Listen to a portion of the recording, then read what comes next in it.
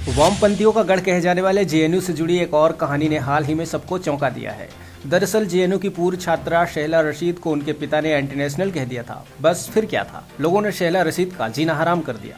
इस बात से मन ही मन परेशान हो उठी शहला ने ट्विटर पर एक के बाद एक कई ट्वीट करके सबको चौंका दिया। क्योंकि ये एनजीओज भी चलाती है, उन एनजीओज की भी इन्वेस्टिगेशन होनी चाहिए। अपने आप पता लग जाएगा कि पैसा कहाँ, और लीगल डॉक्यूमेंट्स में ये दिखा रहे कि ये बेकार है, अनएम्प्लॉयड है। तो एक अनएम्प्लॉयड कहाँ तक खर्चा कर सकता है, तो उसकी तो जांच होनी चाहिए ना। अपने आप सबको पता लग जाएगा कि फंडिंग कहाँ से आ रही है, क्यों आ रही है और किसके लिए आ रही है। शहला ने सिलसिलेवार ट्वीट करते हुए अपने पिता को ही कटघरे में खड़ा किया है। उन्होंने कहा कि पिता ने जो कुछ कहा है वो मेरे बारे में नहीं बल्कि उन्हीं के बारे में है।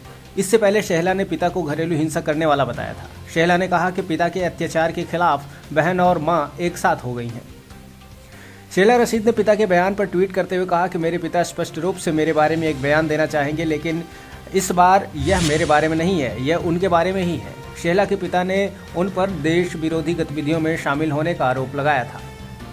शहला ने एक ट्वीट करके कहा था कि हम लोग आपसे मिले समर्थन के आभारी हैं।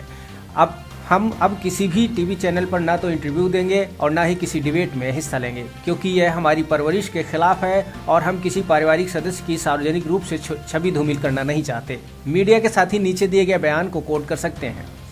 शहला ने ट्विटर पर एक आदेश भी शेयर किया जिसमें उन्होंने कहा है कि कोर्ट ने पिता के घर आने पर रोक लगाई हुई है। शहला के पोस्ट के बाद इस मामले को लेकर एक और चर्चा शुरू हो गई है, क्योंकि एक दिन पहले ही पिता ने गंभीर आरोप लगाए थे।